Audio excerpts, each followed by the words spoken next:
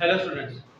Today our topic is derivatives means derivation. Derivation +1 का physics का topic है जो कि थोड़ा सा मैथमेटिक्स है जिसको हम कैलकुलस बोलते हैं। तो डेरिवेटिव्स आए कहाँ से, सबसे पहले ये चेक करना है कि डेरिवेटिव्स क्यों हमें यूज करने पड़ रहे हैं।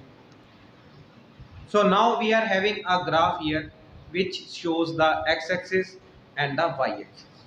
यहाँ पे y-axis है, यहाँ पे x-axis है। अगर हमें इसका स्लोप निकालना है, slope of the graph that is equals to tan of theta, तो ये एंगल हमारा कितना हो गया, थीटा। अगर हमने किसी भी पॉइंट पे इसका स्लोप निकालना है, मैं यहाँ पे निकालना है, तो ये हो गया x1 y1 पॉइंट, ये हो गया x2 y2। इसका स्लोप निकालेंगे तो ये अगर मैं लाइन इसको ऐसे ड्रॉ कर देता हूं तो ये भी एंगल कितना हो जाएगा, this also is angle is theta, therefore I will draw a perpendicular here. अब इस ट्रायंगल में हम लेंगे slope tan theta means perpendicular over base, तो tan थीटा इज परपेंडिकुलर। अब परपेंडिकुलर ये हमारा यहां तक है, तो ये जो फर्स्ट पॉइंट है यहां तक, ये y1 यहां तक है y1 और यहां तक है y2, तो हम लिखेंगे y2 माइनस y1। तो सिमिलरली यहां तक हमारा x1 है और यहां तक हमारा क्या है x2, तो x2 माइनस x1, तो ये हमारा क्या आ गया, स्लोप ऑफ द ग्राफ। ठीक है, तो यहां पे तो हमारी प्रॉब्लम सॉल्व हो गई। लेकिन अगर हमारी ग्राफ की बाय चांस स्ट्रेट लाइन नहीं है, तो अगर हमारा ग्राफ यहाँ पे नॉन यूनिफॉर्म है, या तो इंक्रीजिंग है या डिक्रीजिंग है, तो हम इसका एंगल कैसे चेक करेंगे। अगर मैं यहाँ पे पॉइंट ले लेता हूँ, दैट इज पॉइंट यहाँ पे x1 y1, तो इसका मैं टेंजेंट ड्रॉ कर देता हूँ, तो this angle is theta. Okay, अब ये एंगल यहाँ पे पॉइंट ड्रॉ करके इसका जब हमने यहाँ से ये टेंजेंट ड्रॉ किया तो ये एंगल थीटा हो गया। मान लीजिए मैं इसका ये वाला यहाँ पे ड्रॉ कर देता हूँ, तो इसका टेंजेंट यहाँ पे आएगा थीटा 2। तो आपको नजर आ रहा है कि थीटा 1 स्मॉल है, थीटा 2 से एंगल इंक्रीज हो गया। ओके, तो अब हम यहाँ पे क्या करेंगे, अब यहाँ पे हमारा ये फॉर्मूला नहीं लगेगा क्योंकि एंगल इंक्रीज हो गया। यहाँ पे tan थीटा चेंज हो रहे हैं, थीटा एंगल्स चेंज हो रहे हैं। अब इस नॉन यूनिफॉर्म ग्राफ का हम कैसे निकालेंगे स्लोप। तो हमारा फंडा क्या है कि हमने दोनों पॉइंट्स बहुत ही नजदीक रखने हैं। मान लीजिए यहाँ पे मैंने पॉइंट ये रख दिया, दिस पॉइंट x1, दूसरा पॉइंट मैंने यहाँ पे रख दिया, तो ये इनका angle approximately equals to theta आ गया। तो ये जो छोटा सा डिफरेंस हमने लिया है वही हमारा फार्मूला यूज होगा, tan थीटा इज परपेंडिकुलर। तो ये जो पॉइंट्स का ये यहाँ पे ट्रायंगल बनेगा, ये ट्रायंगल ऐसे बनेगा, ये x1 y1 है, ये x2 y2। इस ट्रायंगल को मैंने जूम कर दिया, बड़ा करके दिखा रहा हूं मैं आपको। अब इस डायग्राम में स्लोप में हमें ये ट्रायंगल नजर नहीं आ रहा, तो अगर मैं इसको दिखाता हूं तो ये थीटा आ जाएगा यहाँ पे। तो उसी तरह से y2 minus y1 bye x2 minus x1। Okay, अब यहाँ पे हमने एक चीज अज्यूम क्या की है कि x1 and x2 are very close to each other. अगर वो दोनों बहुत ही ज्यादा क्लोज हैं तो ये जो डिफरेंस है y2 माइनस y1 का, ये अप्रोक्सीमेटली इक्वल्स टू 0 आएगा। अगर दोनों पॉइंट्स बहुत ही नजदीक हैं तो इस डिफरेंस को हम छोटा सा डिफरेंस मान लेते हैं, इसको हम लिखेंगे dy बाय dx। अब यहां से हमारा स्लोप का फॉर्मूला बन गया, slope of graph dy by dx। अब इसको बोलना कैसे है कि this graph, the slope of the graph is the derivative of y with respect to x। y के साथ x कैसे चेंज हो रहा है, this is the slope of the graph. तो हमें dy अपॉन dx इसलिए यूज करना पड़ा क्योंकि ये इररेगुलर शेप थी, नॉन यूनिफॉर्म था। हमने पॉइंट्स दोनों को बहुत ही नजदीक कर दिया। नजदीक करने की वजह से हमारे जो पॉइंट्स हैं वो यहाँ पे निकलने स्टार्ट हो गए। Rate of change of y with respect to x start हो गया। ओके, तो अब हमारा मेन टॉपिक स्टार्ट होता है डिफरेंशियल कैलकुलस, जिसके हमने कुछ रूल्स फॉलो करने हैं कि हमने जब डेरिवेटिव करना है तो क्या क्या रूल्स हमारे पास हैं। फर्स्ट रूल बहुत ही सिंपल है। अगर हमारे पास कोई चीज कांस्टेंट है तो उसका डेरिवेटिव हमारा आएगा 0। तो लेट अस से ये हमारे पास डिस्टेंस टाइम ग्राफ है, तो इसका अगर हम स्लोप निकालेंगे तो इसका स्लोप कितना आएगा, स्पीड आएगा slope means tan theta is equals to perpendicular by base. तो किसी भी दो पॉइंट्स का हम यहाँ पे ये एक पॉइंट ये हो गया, एक पॉइंट यहाँ पे हम ये, तो ये यहाँ पे पॉइंट हो गया और ये यहाँ, इसको हम ज्वाइन करेंगे तो अगर ये एंगल थीटा है तो ये भी थीटा हो जाएगा। ये हमारा आ गया यहाँ पे 3, ये 6, तो ये हमारा आ गया 40, ये 20 है, ये 40। तो हमारा था y2 y1 x2 x1, तो tan theta is equals to y2 हमारा कितना है 40 20 मींस 20 बाय x2 x1 3, तो ये 20/3 आ गया हमारा मीटर पर सेकंड। अगर हम कोई भी अलग पॉइंट लेंगे तो वो भी हमारा आंसर सेम आएगा। तो हमने अगर इसका डेरिवेटिव करना है तो इसका डेरिवेटिव हमारा आएगा 0। सेकंड, अगर हमारे पास स्टूडेंट यहाँ पे c * y है, y हमारा कोई भी एक वेरिएबल है जो चेंज होगा, तो कांस्टेंट को हमने बाहर निकाल लेना है और डेरिवेटिव कर देना है वेरिएबल का, यहाँ पे y का। ओके, तो अगर हमारे पास कांस्टेंट के साथ वेरिएबल लगा हुआ है मींस 2x है या 5x है या 10x है, तो 10 हमने बाहर निकाल देना है, 10 इज c और डेरिवेटिव कर देना है सेकंड टर्म का।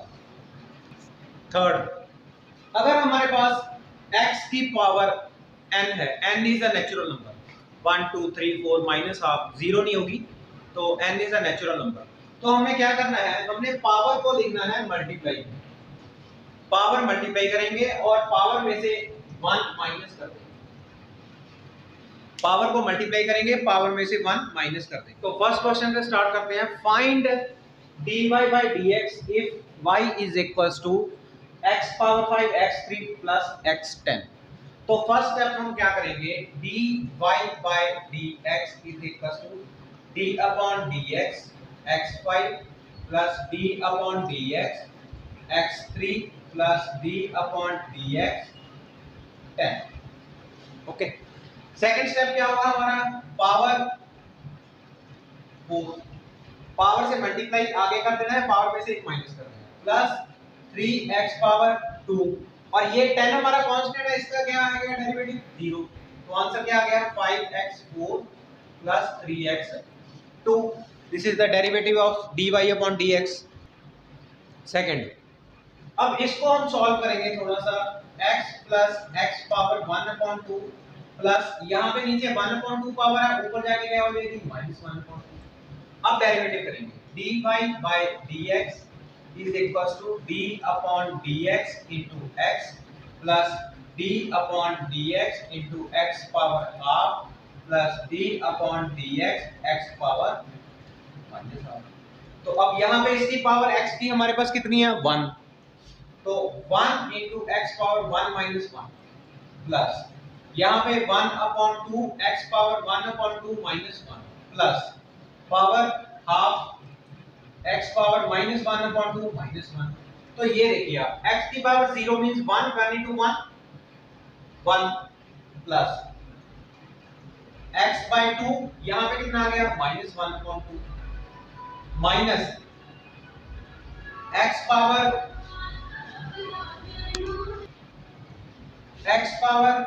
-3/2 by -2।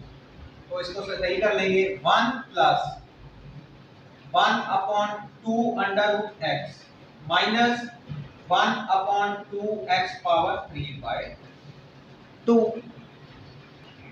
c y dy upon dx is equals to d upon dx 5x4 plus d upon dx 3x 3/2 plus d upon dx 6x is equal, अब यहाँ पे हम करेंगे derivative 5 into 4x power 3 plus 3 into 3 by 2 x power 3 by 2 minus 1 plus 6 into x की power 1 into x power 1 minus 1। अब ये आ गया 20x3 plus 9 by 2 x power ये 3 by 2 minus 1 2 3 minus 2 1 upon 2 plus 6, ये तो 1 आ गया, तो ये हमारा आंसर आ गया। इसको थोड़ा सा और सॉल्व कर देंगे 20x3 plus 9 by 2 under root x plus 6 d dy by dx is equals to d upon dx x3 minus d upon dx 3x square plus d upon dx 3x minus d upon dx 2 by 5।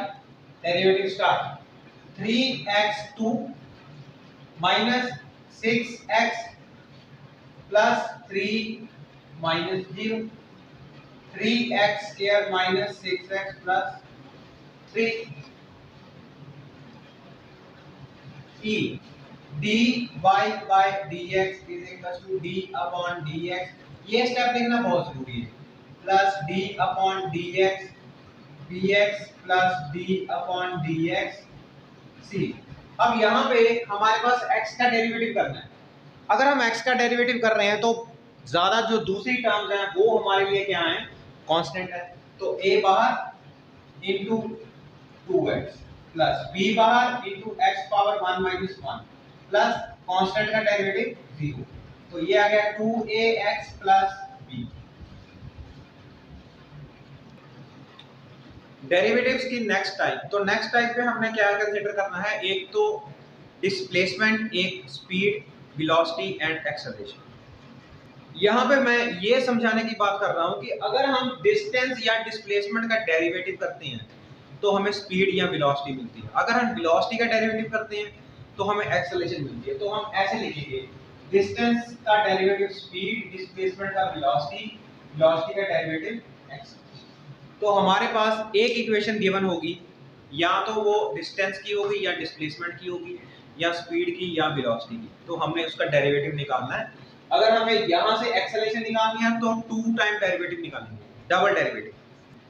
इस question में हमारे पास displacement की equation given है, s is equals to 10t square plus 10t, और हमें initial velocity find करनी है, final velocity at 3 second और एक्सेलरेशन फाइंड करनी है।